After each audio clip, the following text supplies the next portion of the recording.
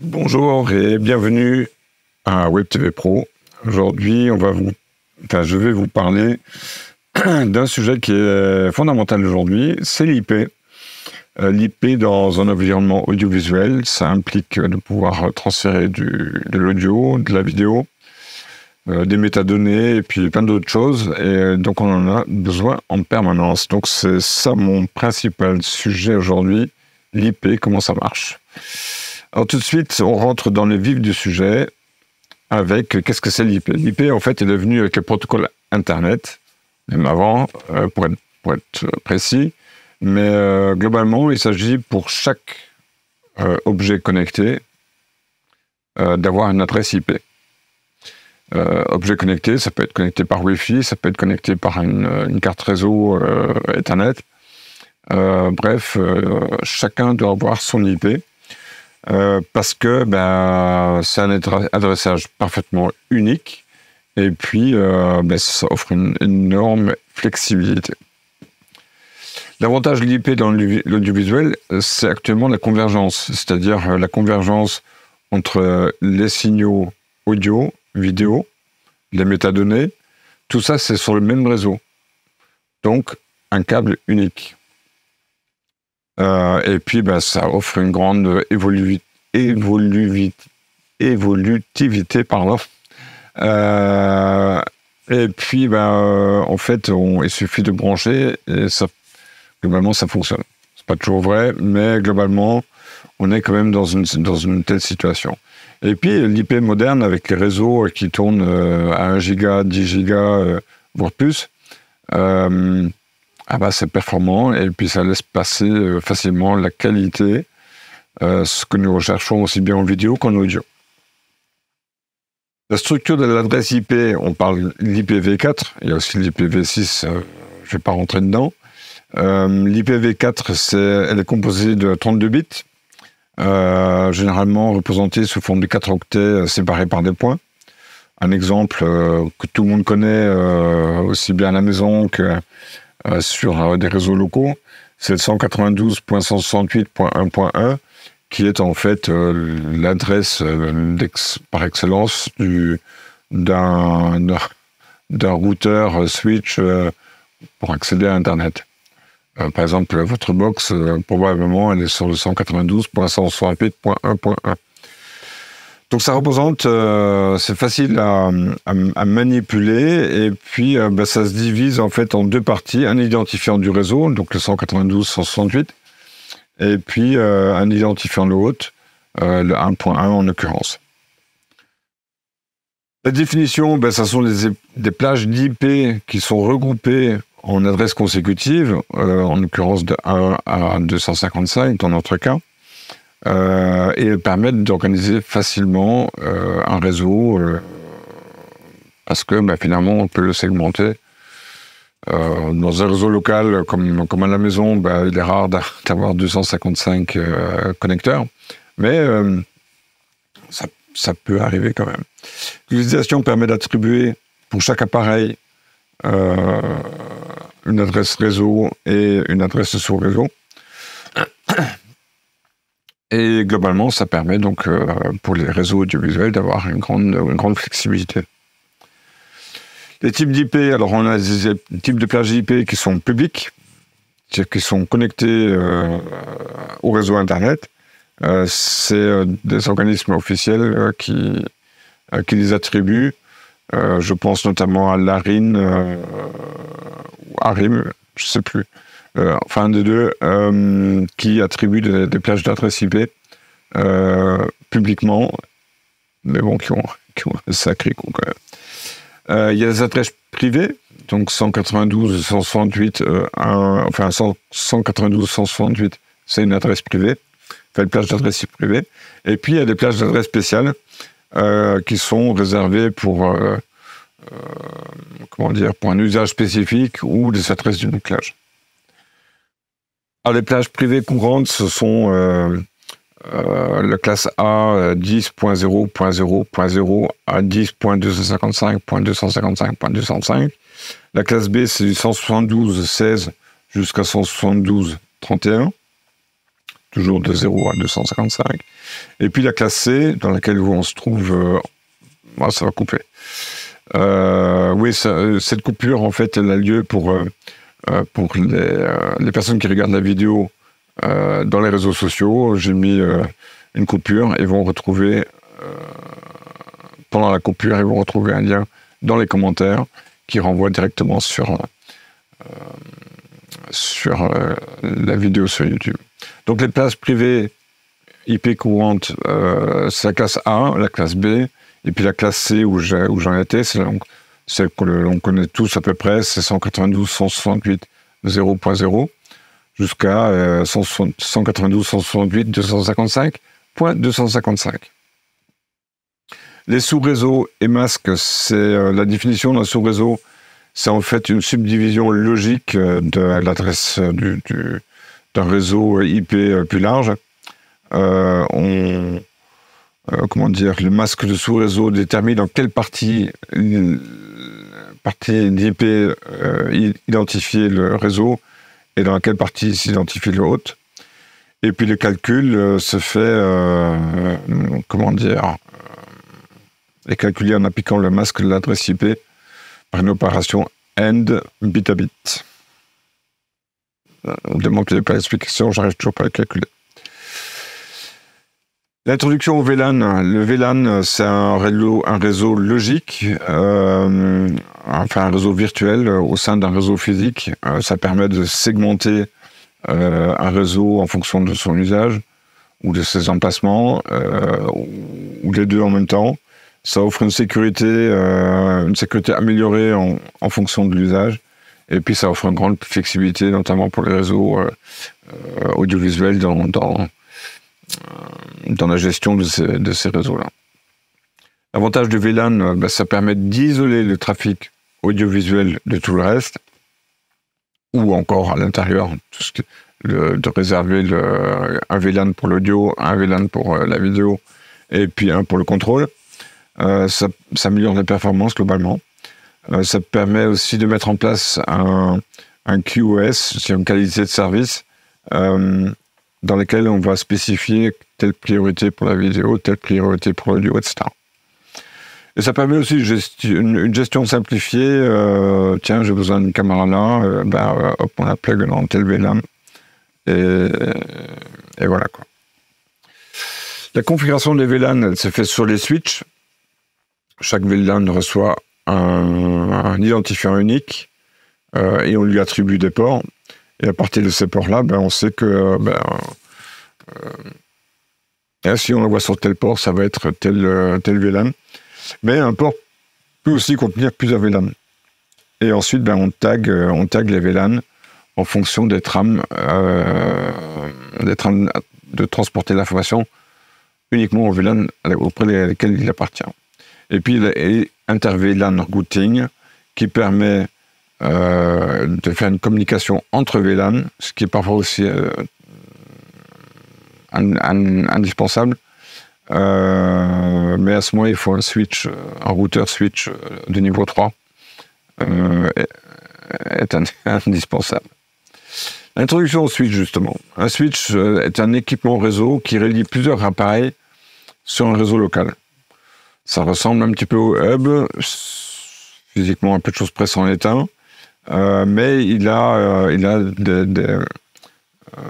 un fonctionnement ce qui lui permet en fait d'attribuer pour chaque appareil une adresse MAC qui est encore une adresse différente de l'IP. Bon, ça y ressemble, mais sans plus. Et celle-là, elle est unique. Chaque carte réseau a une adresse MAC unique. Vous n'en trouvez pas d'autres, pas de pareil sur n'importe où. Donc le switch permet de balader les trames Ethernet entre les appareils connectés en se basant non pas sur l'IP du coup, mais sur la partie matérielle. Il existe des switches de différents niveaux, un simple switch non manageable ou des switches avancés niveau 3. L'importance là-dedans, dans les réseaux audiovisuels, c'est gérer correctement le trafic audiovisuel, qui a quand même une importance particulière, que ce soit dans l'audio ou dans la vidéo. Donc il y a des switches manageables, sur laquelle on peut vraiment contrôler ce que fait le réseau. Il y a les non manageables, les plus courants, qu'on trouve facilement sur Amazon ou ailleurs, qui fonctionnent très bien sur des tout petits trucs, mais sur les gros trucs, il faut un peu plus. Donc on les appelle vulgairement parlant plug and play. Et puis switch niveau 3 qui peuvent effectuer des fonctions de routage en plus du switching. C'est des machines qui sont beaucoup costauds, qui ressemblent à un hub, un gros hub qui fait sa taille. Et qui, lui, permet donc de faire le switching et le routage. Les fonctionnalités avancées d'un switch, c'est le port mirroring, qui permet de dupliquer le trafic d'un port vers un autre, pour analyse, pour monitoring, pour backup, par exemple. Il y a le link agrégation, qui permet de faire un semblant de bonding entre deux ports, qui permet d'augmenter la bande passante. Je ferai une vidéo sur le bonding rapidement. Le spanning tree protocol prévient les boucles dans le réseau, ce qui peut assurer, ça assure la redondance du réseau. Et puis le QoS qui permet de prioriser le trafic en fonction de sa nature, en fonction du VLAN par exemple. Que ce soit pour l'audio ou la vidéo, ils sont prioritaires. Les switches dans l'environnement audiovisuel, c'est la haute performance, c'est ça qu'on cherche. Il faut vraiment de la bande passante aujourd'hui de 1 gigabit. Ça commence à être sur un réseau avec plus de 10 caméras. C'est pas la peine de prendre du 1 gigabit de bande passante. Il faut aller sur du 10 gigabits, si pas plus, pour avoir une bonne qualité de service. Mais bon, chercher sur Amazon des switches à 20 gigabits. Et puis, ensuite, les supports des protocoles AV, oui, ils doivent prendre en charge des différents protocoles, que ce soit Dante, AVB, NDI, SRT, ST2110, par exemple. Donc, c'est des protocoles, peut-être pas les ST2110, mais les protocoles, ils doivent passer là-dessus. Bon, la plupart passent sur l'IP sans problème. La fiabilité, c'est de la redondance, des préférences, mais bon, pas forcément. Il faut surtout s'assurer que la bande passante, annoncée et la bande passante traitée soient compatibles aux besoins, en fait. À partir de là, vous avez de la fiabilité. L'introduction à la QoS, c'est un ensemble de technologies qui permettent de gérer et prioriser le trafic. L'objectif, c'est de garantir des performances, surtout les plus cruciales. Et puis l'important, c'est dans le visuel de s'assurer que la fluidité du flux, aussi bien vidéo qu'audio, en temps réel. Et c'est vraiment crucial parce que même si le NDI ou le SRT sont dotés de correction d'erreurs, ça reste quand même, dès qu'il y a beaucoup d'erreurs, ça ralentit le tout et franchement, c'est pas bon. Donc, il faut bien vérifier ça pour prioriser les choses. Le mécanisme, c'est une classification des différents types de trafic selon l'importance. C'est un marquage. Si on va marquer on va utiliser des champs spécifiques dans les trams pour dire tiens, telle tram a la priorité par rapport à l'autre. Et celle-là, elle est aussi prioritaire déjà sur un autre trafic. C'est la gestion des files d'attente. Il y a aussi des trucs là-dessus, si vous suivez des formations Dante, etc. Là, il y a par exemple, ils expliquent assez bien les files d'attente. Et puis, c'est un contrôle de congestion, c'est-à-dire, quand il y a une surcharge de trafic, on va essayer de minimiser avec les QoS, pour minimiser les pertes. Le QoS dans l'audiovisuel, il va prioriser le flux de la vidéo en direct pour éviter les saccades, les pertes de qualité. Dans l'audio, il va assurer que c'est synchronisé et que la qualité soit assurée. Et puis, il contrôle le contrôle permet une garantie que les signaux de contrôle soient bien en temps réel. La configuration, c'est analyser déjà le trafic qu'on a, le trafic présent, définir une politique ensuite de priorité, et puis une bonne configuration des équipements, aussi bien sur les switchers, sur les routeurs du réseau, pour que tout soit qualitatif. L'avenir de l'IP dans l'audiovisuel, c'est qu'on reste sur du tout IP. Ça veut dire plus du tout du SDI, de HDMI, ce genre de choses. On n'en est pas encore là, hein, mais on y arrive joyeusement. Le cloud et la virtualisation,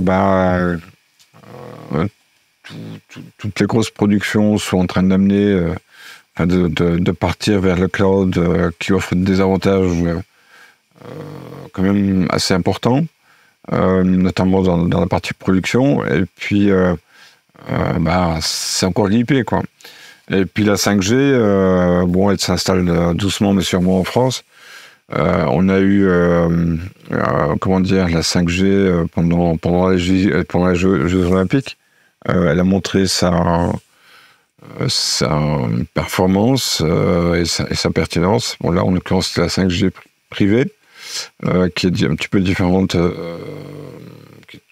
qui ressemble un petit peu à la 5G, évidemment, mais qui permet de segmenter la 5G des utilisateurs et puis la 5G pour l'audiovisuel. L'AI, l'intelligence artificielle et puis l'automatisation, elle est clairement liée à ça. Hein. On y est. Je pense que je vais sortir une vidéo là aussi sur l'automatisation. On ne pourra pas faire autrement. Voilà. Donc ça, c'était un petit peu ce que j'avais à dire là sur l'IP. Je vous recommande vraiment de prendre ça avec beaucoup d'intérêt parce que on y va tout loin. Hein. Voilà. Donc ça, c'était un petit peu ce que j'avais à dire aujourd'hui sur l'IP. J'espère que ça aura un petit peu éclairci vos idées là-dessus. C'est pas très compliqué, mais il faut en être conscient. Et puis, avoir un minimum de notions sur l'IP pour ne pas être perdu dedans. Et notamment, comment on discute ou paramètre les différents appareils que vous utilisez au quotidien.